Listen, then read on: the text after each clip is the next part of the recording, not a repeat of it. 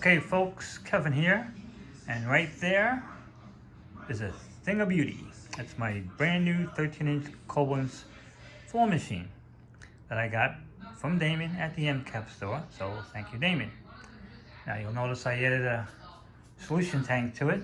That's a 2.5 gallon solution tank. You can't put a 4-gallon tank on it, it's too big for the machine, so you gotta go with the 2.5. Now I also, when I got mine, opted for a bigger pad driver, which is right here. This is a 13-inch pad driver. In order to use it, you gotta have a riser on there, which is what that is. I took the original riser off and put a smaller one on because, I'll show you the reason. Now you have to have a riser on it because that is not going to fit up under the machine. That's the purpose of the riser. Now, when I put this on here, I'm doing this one-handed here. I don't have anyone filming for me, so you gotta bear with me. So, see the gap you got here? The riser that came with it, mounted on it, was bigger than the one that's on it, so I had more of a gap here. You don't really need to have that big of a gap there. Actually, I wish I could get it a little closer, but that's all right. That'll do. So, I bought the 13-inch, changed the riser so there's not so much of a gap, and I'll set the machine up. So it looks like it doesn't really stick out much from the machine, as you can see. And I'll use 15-inch pads with that 13-inch pad driver. Now the next thing I did, let me take this off of here, is I wanted a shower feet carpet brush. Because I use my 175 for VLM and hot water extraction, because I do both. I have this 175, a 15-inch CRB, an all-but Vibe, a Challenger OP, and a little Arc Orbiter, and a truck mount. Now, I bought this 11-inch carpet brush, and it has shower feet holes on it, because sometimes I don't want to do shower feet. So now, what I discovered, now this doesn't have a riser on it, so it fits in the machine up in there nicely, and you have that gap all around because it's only 11 inches and it's 13 under there. But I noticed something shortly thereafter, is that although this is a shower feet brush, I was like, damn, I'm not going to be able to use this for shower feet, even though I have the tank. Why? Well, very simple. There's the hole where your tube goes through in the tank, and you see it goes right through. It doesn't really hit the top of the brush like it should. If I stick the screwdriver through here, you can see, okay, there's the screwdriver going right through the hole. If I try to use this for shower feed, the water's just going to be missing the brush completely and not hitting the shower feed holes and coming out through the brush. So I was like, damn, that sucks. But I soon realized, after I got my tank, that, let me pull this off of here, and it came with the hoses and stuff, and it came with this little piece here. So I'm like, let's try something here. So basically, if I take this little piece and stick it in there to the shower feed hole, grab the other side. See, now I can aim it inwards like that, so it will hit the top of the brush and feed through the shower feed holes on the machine. Now, the next question is, so now in order to keep that in place there, I have to sit the phone down a second because I can't do this one-handed. Hold on a second.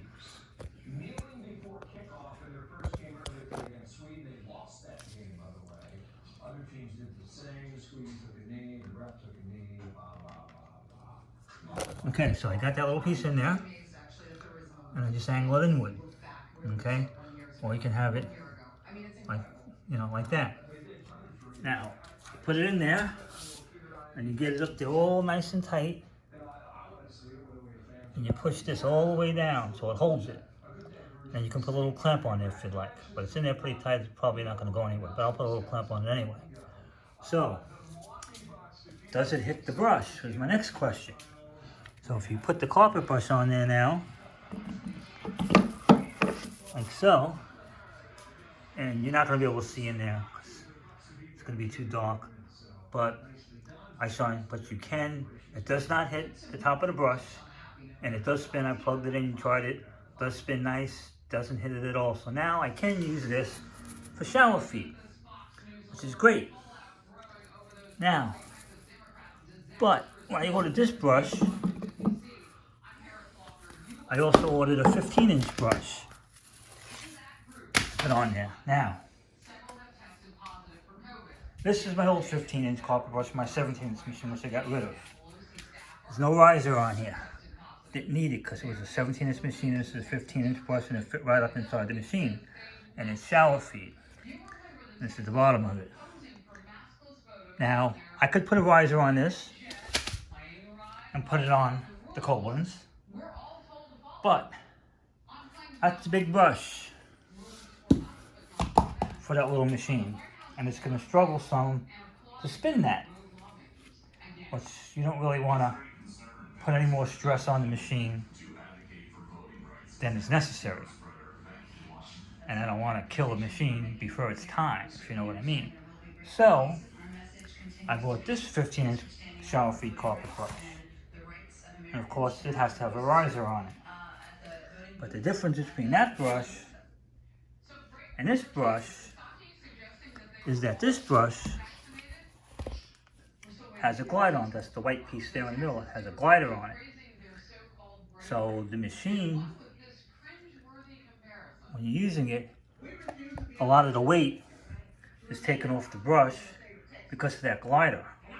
And the machine has no problem whatsoever spinning that brush, no extra stress on it at all. So it's great. If you're going to put a bigger carpet brush on your machine, make sure you get a riser and make sure you get one with a glider on it. So I'll put this on there for you so you can see what it looks like. Okay, so that's on there. And I'm going to stand the machine up. And here's how she sits. Now you notice the bristles on that brush are still staying pretty straight. Flared out a little bit, but they're still pretty straight. That's because most of the weight is on that glider. And it looks okay, doesn't look bad. Sticks out a little bit, like an inch, maybe a little bit more, so it's not too bad, but it works great. Now, the other thing is I'm used to 17-inch machines and a 4-gallon tank. Now, where's that little hose I had laying around here? Put it down somewhere. Question is, where?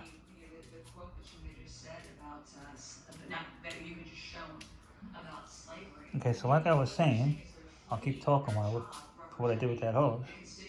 Oh, there it is.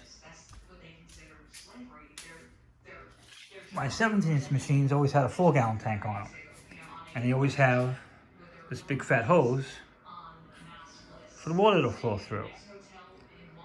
So we've got a nice big fat hose from the tank to the base of the machine. Now, you can't when you're cleaning, when I was using my old machine, if you just keep holding this handle up and cleaning, you have to be moving the machine pretty quick because you don't want to put down too much water too fast, and you don't want to over wet the carpet because with that fat hose, the water comes out pretty quick. So you have to either move pretty quick if you're going to hold this up, or you go a little slower. You just have to kind of go lift it up, let it down, lift it up, let it down, lift it up. You have to kind of control the flow some. And the only way to do that is to lift up, let down, lift up, let down, so you don't put down too much water too fast and over with the carpet. Now, not too big of an issue when you have a 4-gallon tank on it because you have a good amount of solution in there to work with. You can get good amount of coverage. But now I'm going down to a 2.5-gallon tank. So I'm not going to get as much coverage, obviously, because you have almost half the amount of solution in the tank. And you got this big fat hose, that the water's flowing to at a pretty quick rate. So you need to slow that down some, because you don't need to put down the water that fast. So what I did was, I got this little doohickey here, and it takes the fat hose and converts it down to a smaller hose. I'll show you the difference in a second here. Okay, there's the difference in the two hoses. Since it's a smaller hose, that's going to slow down the flow some. It's not going to be coming out as quick or as fast. That's what I want because I have a smaller tank. So what I'm going to do is, now this hose has to be trimmed down because it's way too long to go from here to there. I do need to have the fat hose on there because of the connector that's on the tank. I have to put that on there. And then what I'm going to do is I'm going to trim this hose down and stick that back on there. And I have a shorter hose here, which is the fat hose still, but the smaller hose fits right in here. I'm just going to put in a little bit because if you stick it in too far, it's hard to get out. It sits in there pretty snug, and I can get in there a pretty good distance. So I'll have the fat hose up top, and I'm obviously going to trim that down because, as you can see, it's too long.